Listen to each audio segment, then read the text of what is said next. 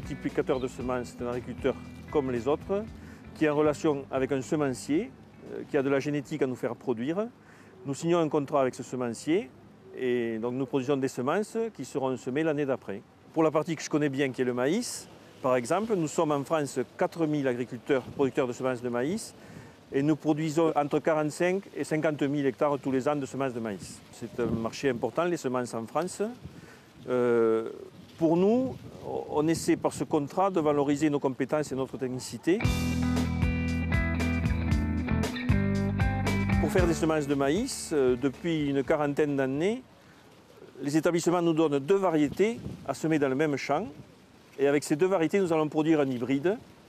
C'est-à-dire que nous allons obliger le pollen d'une des 2 variétés à féconder la femelle d'une autre variété. Ça s'appelle une fécondation croisée qui crée un hybride qui sera beaucoup plus beau que les parents et que nos acheteurs l'année d'après valoriseront dans leur champ en faisant du maïs soit fourrage pour le bétail, soit du maïs grain pour les granivores ou pour d'autres débouchés.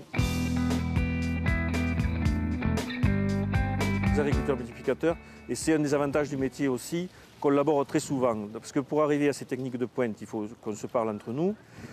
On a aussi des problèmes d'isolement entre nous à gérer, ce qui nous oblige à nous parler. On a des petites structures, donc on est obligé d'acheter du matériel en commun pour arriver à des matériels perfectionnés actuels. Donc on est obligé d'acheter en commun et de se parler à nouveau. Et tous ces éléments ont fait qu'on est fédéré en syndicats départementaux et une association nationale où nous pouvons nous rejoindre tous et échanger.